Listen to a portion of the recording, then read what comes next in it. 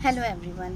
पिछले अध्याय में हम लोगों ने अव्यय के प्रकार, क्रिया विशेषण के बारे में अध्ययन किया था। अब हम संबंध बोधक अव्यय के बारे में जानेंगे। आइए जानते हैं कि संबंध बोधक अव्यय क्या है। संबंध बोधक अव्यय, जैसा कि नाम से स्पष्ट है कि संबंध बताने वाला, इसे हम उदाहरण से समझते हैं। उसका साथ छोड़ दीजिए, या लाल किले पर तिरंगा लहर रहा है। गाय पेड़ के नीचे बैठी है, नेहरू जी के बाद शास्त्री जी हैं। तो यहाँ पर उसका साथ छोड़ दीजिए, यहाँ पर भी उसके साथ जो है इसका संबंध है। लाल किले पर तिरंगे का संबंध है, और गाय का पेड़ के नीचे बैठने का, और नेहरू जी का शास्त्री जी से। तो यहाँ पर जो भी शब्द आए हुए हैं यह सभी संबंध बोधक अव्यय का बोध कराते हैं। इसका परिभाषा है, जो शब्द संज्ञा या सर्वनाम शब्दों के साथ आकर उनका संबंध वाक्य के अन्य शब्दों के साथ बताते हैं उन्हें संबंध बोधक अव्यय कहते हैं। अर्थात कि जो शब्द संज्ञा या सर्वनाम का अन्य शब्दों से संबंध प्रकट करें वही जो है हमारा संबंध बोधक अव्यय कहलाता है। जैसे कि छत के ऊपर बंदर बैठा है, यहाँ पर बंदर का और छत का संबंध दिखाया गया है, जो कि है कि बंदर छत के ऊपर बैठा है। इसी तरह से अन्य उदाहरण है कि देवी जागरण में रात भर जागे। तो यहाँ पर क्या होगा कि देवी का जो जागरण है उसका संबंध रात से है। ठीक है, तो यहाँ पर भी संबंध का पता चला। अगला उदाहरण है, वह जंगल की ओर गया। तो यहाँ पर वह जो कि एक सर्वनाम है, वह कहाँ गया? जंगल की ओर। तो उसका संबंध जो है जंगल के ओर जाने से बताया गया है। संबंध बोधक अव्यय के उपभेद होते हैं, यह दो होते हैं। पहला रचना की दृष्टि से, दूसरा अर्थ की दृष्टि से। रचना की दृष्टि से इसे दो भागों में बांटा गया है, रूढ़ और यौगिक। रूढ़ में कौन कौन से शब्द आते हैं? जैसे कि ने, को, से, का, की, के, में, पर इत्यादि जो शब्द आते हैं यह रूढ़ के लिए आते हैं। और यौगिक में आपका के साथ, के लिए, के जैसा, से पहले इत्यादि शब्द आपके यौगिक अव्यय कहलाते हैं। अर्थ की दृष्टि से इसे निम्नलिखित भागों में बांटा गया है। पहला कालवाचक। कालवाचक में जो है यह जो है संबंध बोधक का जो समय है उसको प्रकट करता है। कालवाचक में संबंध बोधक के समय को प्रकट करता है। जैसे कि वह दीपक से पहले आया। तो यहाँ पर पहले, बाद, आगे, पीछे इस तरह के जो शब्द आते हैं वह हमें कालवाचक के बारे में बताते हैं। अगला है स्थानवाचक। तो यह जो है यह संबंध बोधक के स्थान को सूचित करते हैं या स्थान के बारे में हमें बताते हैं। जैसे कि छत पर बंदर है।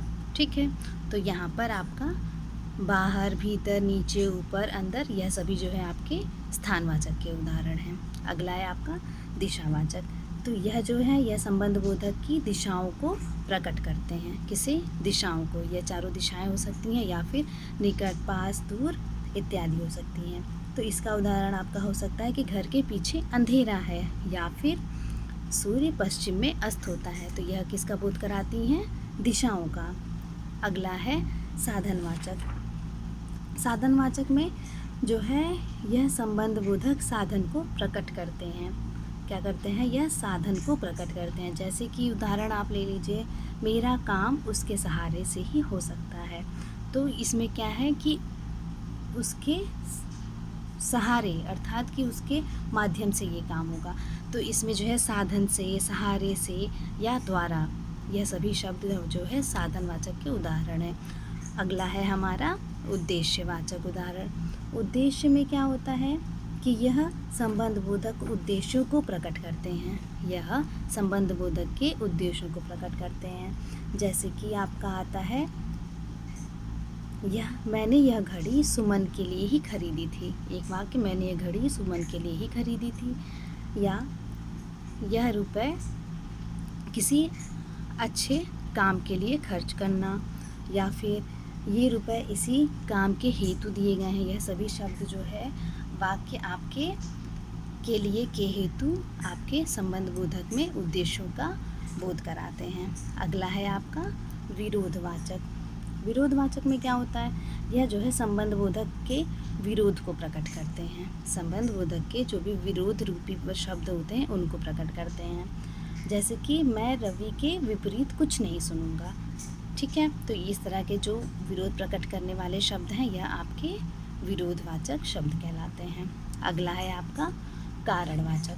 तो कारणवाचक में जो है संबंध बोधक कारण को सूचित करते हैं। यह शब्द संबंध बोधक के कारणों को सूचित करते हैं या उनके बारे में बताते हैं। जैसे कि तुम डर के मारे गिर पड़े। ठीक है, तो यह जो है आपका क्या बताया, कारण का बोध कराया। अगला आपका साहचर्यवाचक। साहचर्यवाचक में क्या होता है, ये संबंध बोधक के साथ को प्रकट करते हैं। यह जो आपका संबंध बोधक अव्यय है उसके साथ को प्रकट करते हैं। साथ को प्रकट करने वाले उदाहरण हैं आपके के साथ, के सहित। तो इसमें जो है आपका उदाहरण हो जाएगा कि सीता के साथ गीता भी आई या वह अपने भाइयों सहित आया। तो इस तरह के जो उदाहरण होंगे वो आपके साहचर्यवाचक होंगे। और अगला है सादृश्यवाचक। सादृश्यवाचक में क्या होता है कि यह संबंध बोधक की समानताओं को प्रकट करते हैं। संबंध बोधक की समानताओं को प्रकट करने वाले जो शब्द होते हैं वह सादृश्यवाचक कहलाते हैं। एग्जाम्पल आपका हरिश्चंद्र की तरह सच्चा कौन हो सकता है। ठीक है, तो की तरह, और कर्ण के समान कोई दानी नहीं है। इस तरह के जो शब्द आते हैं ये आपके सादृश्यवाचक शब्द कहलाएंगे। अगला आपका पार्थक्यवाचक अव्यय। पार्थक्यवाचक शब्द जो हैं वो हैं आपके घर से, यहाँ से, यह सभी शब्द जो है आपका इसका बोध कराते हैं। इसमें क्या होता है कि यह जो है संबंध बोधक के अलगाव या दूरी को प्रकट करता है। पार्थक्यवाचक संबंधवाचक के अलगाव या दूरी को प्रकट करते हैं। एग्जाम्पल कि बैंक हमारे घर से बहुत दूरी पर है, या फिर यहाँ से चले जाओ। अगला आपका उपभेद है व्यतिरेकवाचक। इसमें क्या होता है, इसमें जो है यह संबंध बोधक के भिन्नता को प्रकट करता है। जो इसके अलगाव है या भिन्न है या उन्हें अलग करता है उसको प्रकट करता है। इसका उदाहरण आपका है मैं अपने बच्चों के बिना नहीं रह सकता। तो यहाँ पे के बिना और के अलावा जैसे शब्द आते हैं तो वह व्यतिरेकवाचक शब्द कहलाते हैं। इसमें आपका आएगा सीमा के अलावा सब आए हैं। तो इस तरह के जो शब्द के अलावा के बिना आते हैं यह जो है व्यतिरेकवाचक अव्यय कहलाते हैं। अब जान लेते हैं संबंध बोधक तथा क्रिया विशेषण में अंतर।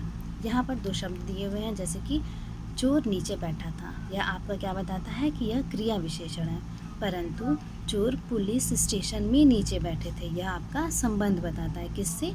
पुलिस स्टेशन से। और नीचे देखो, यह क्रिया विशेषण है, परंतु भूमि के नीचे अपार संपत्ति है, यह आपका संबंध बोधक बताता है। तो इसमें क्या होता है कि जो है इसको हम क्या करते हैं कि प्रयोग के आधार पर इसे पहचान सकते हैं कि ये संबंध बोधक है या क्रिया विशेषण। तो इसमें जो है जब इनका प्रयोग हम संज्ञा या सर्वनाम के साथ करते हैं तब ये संबंध बोधक होते हैं, और जब ये क्रिया की विशेषता प्रकट करते हैं तो यह क्रिया विशेषण कहलाते हैं। जैसे एग्जाम्पल यहाँ पे है, आज का होमवर्क है आपका। संबंध बोधक अव्यय की परिभाषा लिखिए और 5 उदाहरण दीजिए। निम्नलिखित संबंध बोधक का अपने शब्दों में प्रयोग कीजिए। पहला शब्द से, दूसरा के सामने, तीसरा के आगे, चौथा की तरफ, पांचवा के साथ और छठा तो। यह जो है गृह कार्य है, इसे आप अपनी कॉपी में पूरा करें। अगले वीडियो में फिर मिलेंगे। धन्यवाद।